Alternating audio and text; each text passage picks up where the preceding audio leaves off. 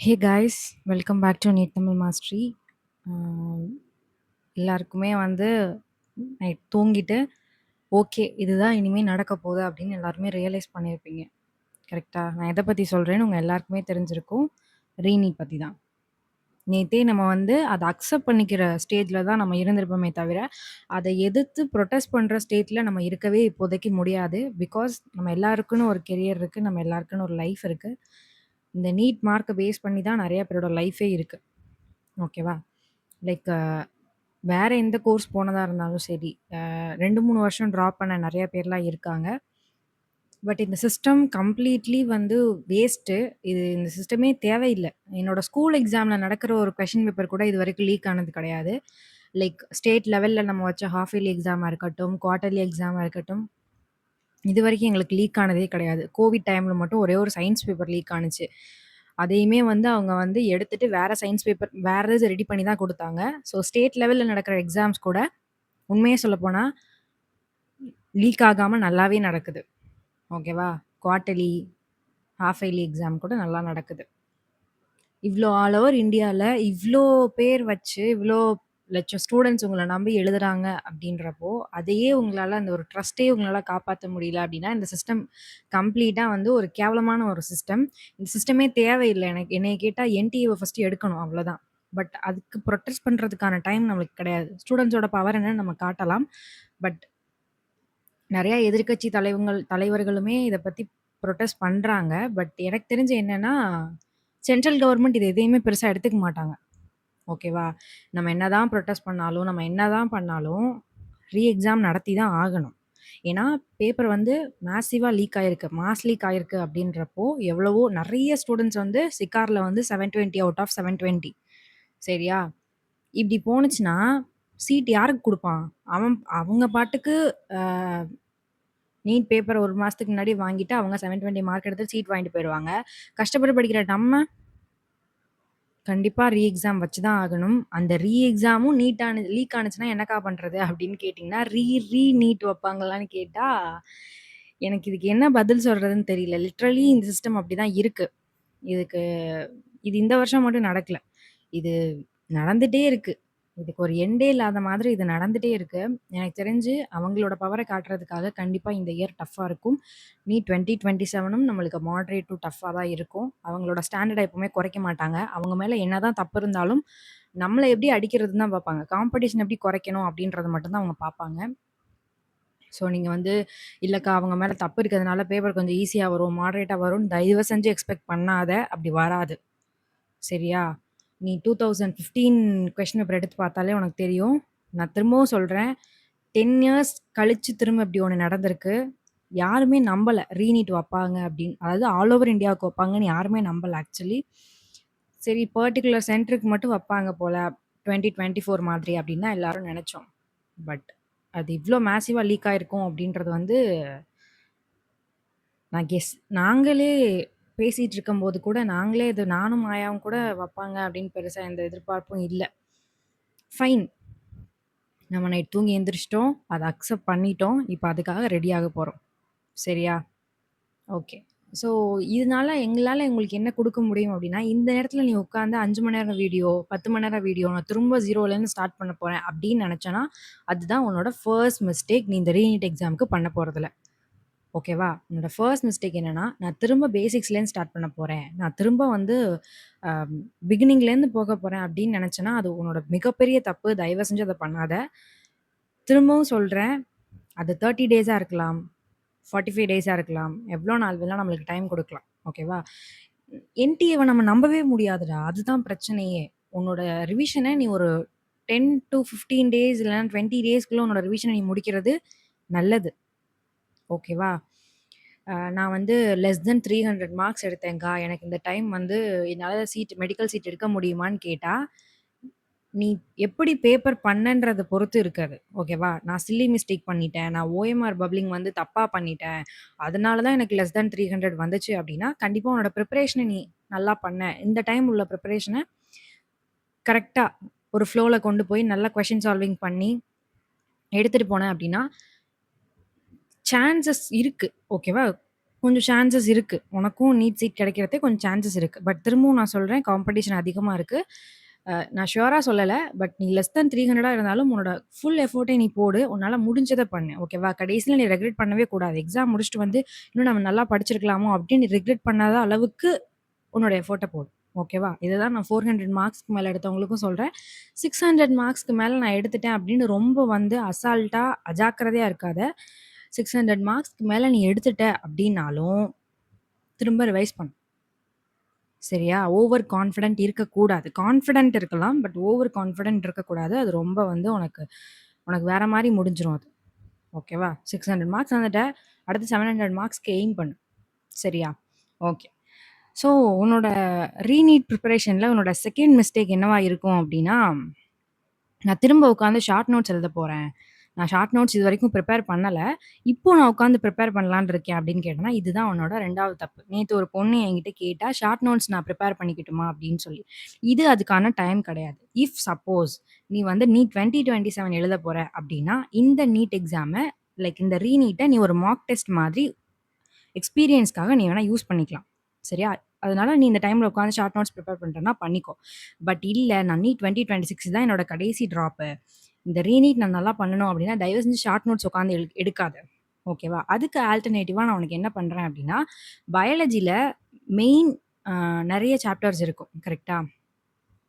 அ particular high priority சாப்டர்ஸ்க்கு மட்டும் நான் short revision videos போட ட்ரை பண்றேன். ஓகேவா? ஆக்சுவலி நான் வேற ஒரு இடத்துலேருந்து வாங்குன ஒரு ஷார்ட் நோட்ஸ் என்கிட்ட இருக்கு. பட் நான் அத அப்படியே உனக்கு வந்து நான் எக்ஸ்போஸ் பண்ணி காட்ட முடியாது. ஆனா, நான் உனக்கு புக்க வச்சே மெயின் பாயிண்ட்ஸ் மட்டும் ஷார்ட் நோட்ஸ் பாயிண்ட் மாரி நான் உனக்கு மெயின் பாயிண்ட் மட்டும் சொல்றேன். சரியா? கண்டிப்பா அது உனக்கு யூஸ்ஃபுல்லா இருக்கும். ஃபார்முலாஸுமே நான் உனக்கு வந்து பிசிக்ஸ், கெமிஸ்ட்ரி மோஸ்ட்லி வந்து எல்லாத்துலயும் ஹை பிரையாரிட்டி சாப்டர்ஸ் மட்டும் போட ட்ரை பண்றேன். ஓகேவா? இது என்னோட சைட்லருந்து உனக்கு என்னால இந்த தடவ பண்ண முடிஞ்சது இவ்வளோதான். Short notes. இந்த டைம்ல உட்காந்து நான் 1 மணி நேரம், 2 மணி நேரம் உனக்கு லெக்சர் எடுக்க முடியாது. Because it's not time for that. அதுக்கான டைம் இது கிடையாது. சரியா? ஓகே. ஓகே.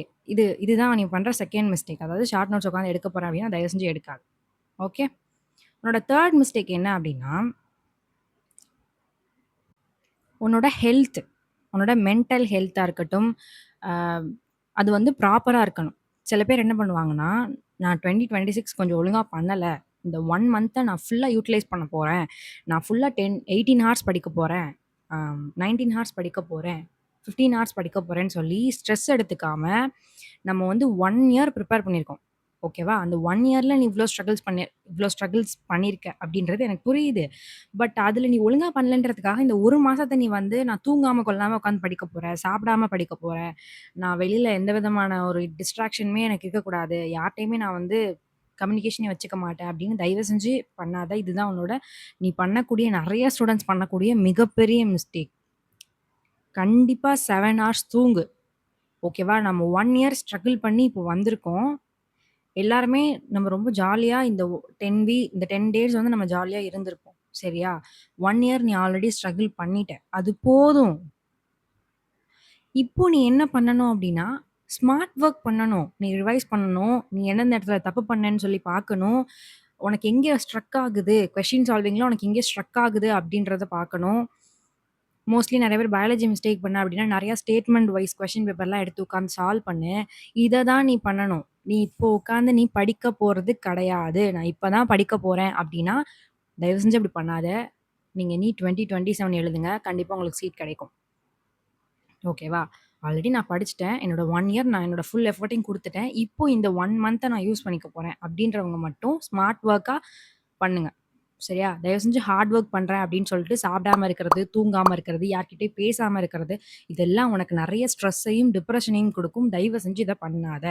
நீட் 2026 நல்லாவே எழுதியிருந்தாலும், இப்போ நீ பண்ணக்கூடிய இந்த மிஸ்டேக்ஸ்னால அந்த மார்க்ஸ் கூட உனக்கு கிடைக்காம போயிடும். நான் சீரியஸா சொல்றேன். தயவு செஞ்சு இப்படி பண்ணாத. ஓகேவா? உன்னோட ஹெல்த்த நல்லபடியா பார்த்துக்கோ. நல்ல ஃப்ரூட்ஸ் சாப்பிடு. பிகாஸ் இது சம்மர் டைம். நல்ல ஃப்ரூட்ஸ் சாப்பிடு. நல்லா தண்ணி குடி.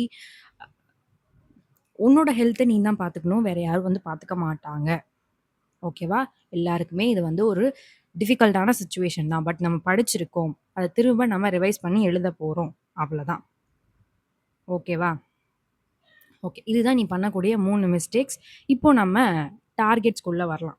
Daily targets. நேத்து வந்து மாயா உனக்கு என்ன சொல்லியிருப்பாங்க அப்படின்னா, I think units and dimensions, kinematics சொல்லியிருப்பாங்க. கெமிஸ்ட்ரியை பொறுத்தவரை மோல் கான்செப்ட், அண்ட் தென் பயாலஜியில் செல், அந்த cell unit life, cell unit of life, cell cycle and cell division. ஓகேவா? ஸோ நேற்று உள்ள டார்கெட்லாம் நீங்கள் முடிச்சிருப்பீங்க கரெக்டா? இன்னைக்கான டார்கெட் என்ன அப்படின்னா, நான் உனக்கு என்ன ரெக்கமெண்ட் பண்ணுவேன்னு கேட்டால், ஃபிசிக்ஸில் நீ ரொம்ப வந்து ஈஸியான பேப்பர்லேயே உன்னால் அட்டன் பண்ண முடியாத அளவுக்கு சில கொஷின்ஸ் இருக்கும்ல. ஃபர்ஸ்ட் உன்னோட நீட் 2026 பேப்பர் எடு. இந்த கொஷின் ஈஸி தான்க்கா, ஆனால் எனக்கு இது வந்து தெரியல, இது இது எனக்கு எப்படி அட்டன் பண்ணுறதுனே தெரில அப்படின்னு சில கொஷின்ஸ் இருக்கும் இல்லையா? அந்த கொஷினை ஃபர்ஸ்ட் எடு. அது என்ன டாப்பிக்கில் வருதுன்னு பாரு, என்ன லெசனில் வருதுன்னு பாரு. அந்த லெசனை இன்னைக்கு உட்காந்து படி. பிகாஸ் இந்த டைமில் நீ உன்னைய மென்டலி ரொம்ப ஸ்ட்ரெஸ் பண்ணிக்க கூடாது. ஃபஸ்ட்டு ஒரு 1 வீக் மெதுவாக தான் நம்ம வந்து போகணும். நெக்ஸ்ட் வீக் தான் நம்ம வந்து ஆக்ஸலரேஷன் கொடுக்கணும். சரியா? ஃபஸ்ட்டு இந்த வீக் என்ன பண்ண போற அப்படின்னா, அந்த வீக் டாபிக்ஸை மட்டும் எடு, அனலைஸ் பண்ணு. அது என்ன டாபிக்னு பாரு, அது என்ன லெசன்னு பாரு. ஃபிசிக்ஸை பொறுத்தளவுல சொல்கிறேன். கெமிஸ்ட்ரியை பொறுத்தளவுல நீங்கள் என்ன படிக்க போறீங்க அப்படின்னா, ஜிஓசி ஸ்டார்ட் பண்ணிடுங்க இன்னைக்கு. பிகாஸ் ஆர்கானிக்னு வரும்போது நிறைய பேர் வந்து ஆர்கானிக்கில் கொஞ்சம் இன்ட்ரெஸ்டடாக இருப்பீங்க. எனக்கு ஆர்கானிக் கெமிஸ்ட்ரி ரொம்ப பிடிக்கும். அதனால நான் இன்னைக்கு என்ன படிக்க போகிறேன் அப்படின்னா, ஜிஓசி படிக்க போகிறேன், ஹைட்ரோகார்பன்ஸ் படிக்க போகிறேன். ஆர்கானிக் கெமிஸ்ட்ரியை பொறுத்தளவில். ஃபிசிக்கலை பொறுத்தளவில் எனக்கு வந்து ரொம்ப ஈஸியான சாப்டர்னு சொல்லப்போனால் எனக்கு கெமிக்கல் கைனடிக்ஸ் ரொம்ப ஈஸியாக தோணும். இன்னைக்கு கெமிக்கல் கைனடிக்ஸ் பண்ணலான்னு இருக்கேன். அதே மாதிரி இன்ஆர்கானிக்கை பொறுத்தளவில் கெமிக்கல் பாண்டிங் பண்ணலான்னு இருக்கேன். இது எல்லாமே எனக்கு எனக்கு வந்து ரொம்ப ஈஸியான சாப்டர்ஸ். அதனால இதை நான் இன்னைக்கு பண்ண போகிறேன். அண்ட் பயாலஜியை பொறுத்தளவில் உங்களோட இஷ்டம். உங்களுக்கு என்ன பிடிக்குதோ அதை படிங்க. என்ன சாப்டர் ஈஸியாக உங்களுக்கு தோணுமோ அந்த சாப்டர் படிங்க. எனக்கு வந்து ஹியூமன் ஃபிசியாலஜி ரொம்ப ஈஸியாக இருக்க மாதிரி இருக்கும். ஸோ கம்ப்ளீட் ஹியூமன் ஃபிசியாலஜி இன்னைக்கு ஒரு தடவை ரிவைஸ் பண்ண போகிறேன். இதுதான் நான் இன்னைக்கு பண்ணக்கூடியது. ஃபிசிக்ஸை பொறுத்தளவில் நான் பார்க்கணும். பிகாஸ் நீட் 2026 எங்களுக்கு கொடுத்துருந்தோம். பட் ரெஜிஸ்டர் பண்ணியிருந்தோம். பட் நாங்கள் போய் எழுதலை. அந்த டைம் எங்களுக்கு எக்ஸாமு அப்படி இப்படின்னு போனதுனால நாங்கள் போய் எழுதலை. பட் எங்களுக்கே நாங்கள் திரும்ப எழுதுவோமா, அவ்வளோதான். எதுக்கு, சரி ஓகே நம்ம ஒரு பாத்தில் போகிறோம், அதிலே போயிடுவோம் அப்படின்ற ஐடியாவில் இருந்தோம். அப்புறம் திரும்ப ரீநீட்டை வந்தோடனே சரி ஓகே நம்ம ஒரு சான்ஸாக யூஸ் பண்ணிக்கலாம் அப்படின்னு சொல்லிட்டு தான் நாங்கள் இப்போ ட்ரை பண்ண போகிறோம். அதனால 2026 பேப்பர் பார்க்குறோம். இப்போ தான் பார்த்துருக்கோம்.